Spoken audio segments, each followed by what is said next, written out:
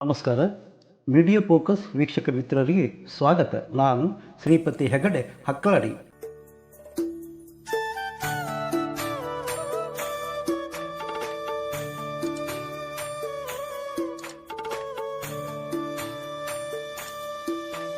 ಓದಿದ್ದು SSLC ತನಕ, ಮುಂದೆ ಓದೋಕ್ಕಾಗಲಿಲ್ಲ.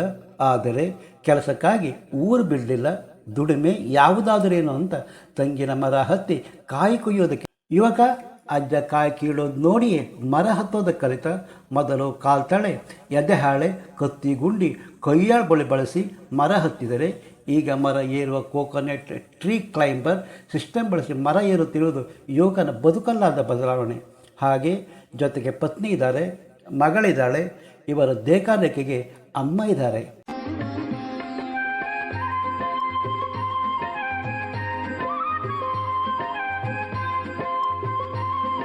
ಇವರ ದುಡಿಮೆ ನೋಡಿದರೆ ಶಾಕ್ ಆಗ್ತೀರಿ. ಇವರದ್ದು ರೆಸ್ಟ್ಲೆಸ್ ಜಾಬ್. ಊರಲ್ಲೇ ಬದುಕು ಕಟ್ಟಿಕೊಂಡ ಸಾಹಸಿ. ಇಂದಿನ ಯುವಕರಿಗೆ ಸ್ಫೂರ್ತಿಯೇ ಹೌದು. ಹಾಗಾದರೆ ಯಾರೋ ಆ ಯುವಕ ಏನು ಮಾಡ್ತಿದ್ದಾರೆ ನೋಡಿಕೊಂಡು ಬರೋಣ ಬನ್ನಿ.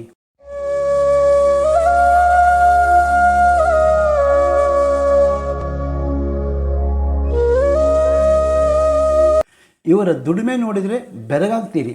ಉಡುಪಿ ಜಿಲ್ಲೆ ಕುಂದಾಪುರ ತಾಲೂಕು ಹಕ್ಲಾಡಿ ಗ್ರಾಮ ನೂಜಾಡಿ ಬಗ್ವಾಡಿಯ ಸುಧಾಕರ್.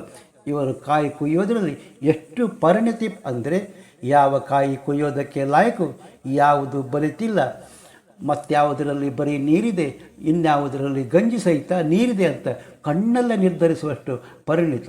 ಹಾಗೆ ಕಾಯಿ ಕುಯ್ಯುವ ಕೆಲಸ ಇಲ್ವಾ, ರಿಕ್ಷಾ ಬಾಡಿಗೆ ನಿಲ್ತಾರೆ. ಅದಕ್ಕೆ ಹೇಳಿದ್ದು ಸುಧಾಕರ್ ರೆಸ್ಟ್ಲೆಸ್ ದುಡಿಮೆಗಾರ. ಸುಧಾಕರ್ SSLC ಪಾಸ್ ಆದಮೇಲೆ ಕಾಲೇಜಿಗೆ ಹೋಗಲಿಲ್ಲ, ಊರೂ ಬಿಟ್ಟಿಲ್ಲ. ಕೈಯಲ್ಲಿ ಪೆನ್ ಇರಬೇಕಾದ ಹವ್ಯಾಸಕ್ಕೆ ಬದಲು ಕೈಯಲ್ಲಿ ಹಗ್ಗ, ಕಾಲಲ್ಲಿ ಕಾಲ್ತೊಳೆ. ಇವರ ದಿನದ ಆರಂಭ ಮರ ಹತ್ತೋದ್ರಿಂದ ಶುರು. ಈಗ ಸಿಸ್ಟಮ್ ಬದಲಾಗಿದೆ ರೀ. ಹೊಸ ಟೆಕ್ನಾಲಜಿ ಬಂದಿದೆ. ಮರ ಹತ್ತೋ ಹೊಸ ಉಪಕರಣ ಇದ್ದರೂ ಅದು ಮರಕ್ಕೆ ಫಿಕ್ಸ್ ಮಾಡೋದಕ್ಕೆ ಆಗಲೇ ಇಲ್ಲ ಅಂತ ಇಟ್ಕೊಳ್ಳಿ. ಕಾಲಿಗೆ ಕಾಲ್ತೊಳೆ ಹಾಕಿ ಮರ ಹತ್ತಾರೆ. ಕಾಯಿ ನೋಡಿದ ಕಣ್ಣೇ ಹೇಳುತ್ತೆ, ಇದು ಎಳನೀರು, ಇದು ಬಲಿತ ಕಾಯಿ. ಸುಧಾಕರ್ ಈಗ ಕೋಕೋನಟ್ ಟ್ರೀ ಕ್ಲೈಂಬರ್ ಬಳಸಿ ಮರ ಏರಿದರೆ, ಕ್ಲೈಂಬರ್ ಹಾಕಲಾಕದ ದೊಡ್ಡ ಮರ ಕಾಲ್ತೊಳೆ ಹಗ್ಗದ ಮೂಲಕ ಏರುತ್ತಾರೆ.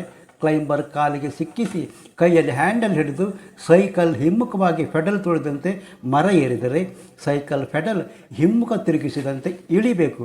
ಇನ್ನು ಸರಳವಾಗಿ ಹೇಳಬೇಕಾ, ಮನೆ ಉಪ್ಪರಿಗೆ ಮೆಟ್ಟಿಲು, ದೇವಸ್ಥಾನದ ಮೆಟ್ಟಿಲು ಹೊತ್ತೀವಲ್ಲ, ಹಾಗೆ ಕ್ಲೈಂಬರ್. ಸುಧಾಕರ್ ಊರಿಗೆ ಬೇಕಾದವರಾಗಿದ್ದಾರೆ. ಇವರು ಕಾಯಿ ಕೊಯ್ಯುವ ತಾಳ್ಮೆ ಸುಲಭವಾಗಿ ಬರೋದಿಲ್ಲ.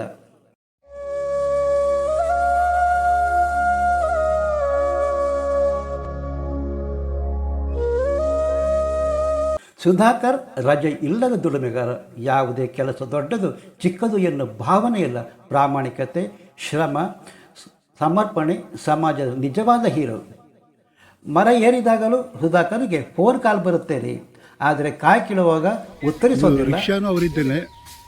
ಇವಾಗ ಎಲ್ಲ ಕಾಯಿ ಕೊಯ್ಲು ಏನು ಇಲ್ಲ ಅಂತಂದರೆ ಇವರು ರಿಕ್ಷಾ ಬಾಡಿಗೆ ಮಾಡ್ತಾರೆ.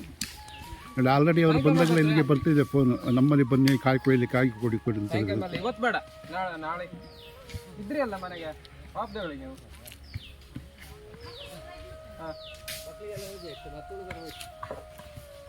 ಕಾಮ ನಾವತ್ತು ಸೋಮವಾರ ತನಕ ಕಾಮ, ನನಗೆ 2 ದಿವಸ ಪುರ್ಸೊತ್ತಿಲ್ಲ.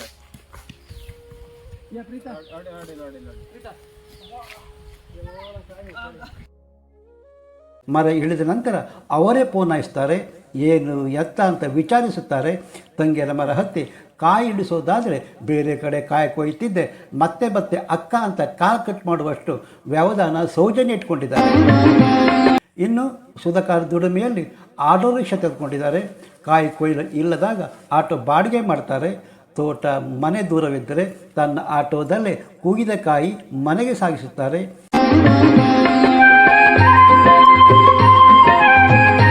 ಇವತ್ತು ಸುಧಾಕರ್ ದುಡಿಮೆ ಇದೆಯಲ್ಲ, ಅದರ ಮೌಲ್ಯ ಕಟ್ಟಲಾಗೋದಿಲ್ಲ. ಆದರೆ ನಗರ ಪಟ್ಟಣದಲ್ಲಿ ನಾನು ಸಾಫ್ಟ್ವೇರ್ ಅಂತ ಎದೆ ಉಬ್ಬಿಸೋರು ಬೆರಗಾಗುವಷ್ಟು ಸುಧಾಕರ್ ಹುಟ್ಟಿದ ಮಣ್ಣಲ್ಲಿ ದುಡಿದು ತೋರಿಸ್ತಿದ್ದಾರೆ. ಇಂದು ನಮ್ಮ ಹಳ್ಳಿಗಳಿಂದ ಯುವಕರು ನಗರಗಳತ್ತ ಓಡ್ತಾ ಇದ್ದಾರೆ. ಕೆಲವರು ಕಚೇರಿಗೆ, ಇನ್ನು ಕೆಲವರು ಹೋಟೆಲ್ ಕೆಲಸಕ್ಕೆ, ಇನ್ನು ಕೆಲವರು ಕಚೇರಿಯಲ್ಲಿ ಕೂತಿರೋದನ್ನೇ ಪ್ರೀತಿಸ್ತಿದ್ದಾರೆ. ಮಣ್ಣಿನ ವಾಸನೆ ಮರಿತಾ ಇದ್ದಾರೆ. ಆದರೆ ಸುಧಾಕರ್ ಹಾಗಲ್ಲ.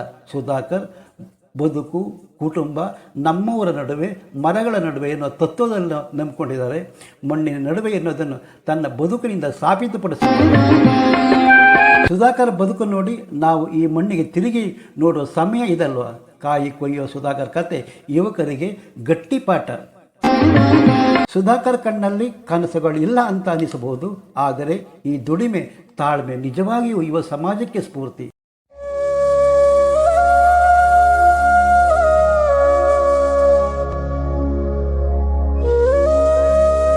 ಸುಧಾಕರ್ ಕತೆ ನಿಮಗೆ ಇಷ್ಟವಾಗಿದ್ದರೆ ಲೈಕ್ ಮಾಡಿ, ಶೇರ್ ಮಾಡಿ. ಇನ್ನು ಇಂತಹ ಸ್ಟೋರಿಗಳಿಗೆ ಮೀಡಿಯಾ ಫೋಕಸ್ ಚಾನಲ್ ಸಬ್ಸ್ಕ್ರೈಬ್ ಮಾಡಿ. ಮತ್ತೊಂದು ಹೊಸ ವಿಷಯದೊಂದಿಗೆ ನಿಮ್ಮ ಭೇಟಿ. ಅಲ್ಲಿಯ ತನಕ ನಮಸ್ಕಾರ. ಜೈ ಕರ್ನಾಟಕ, ಜೈ ಹಿಂದ್.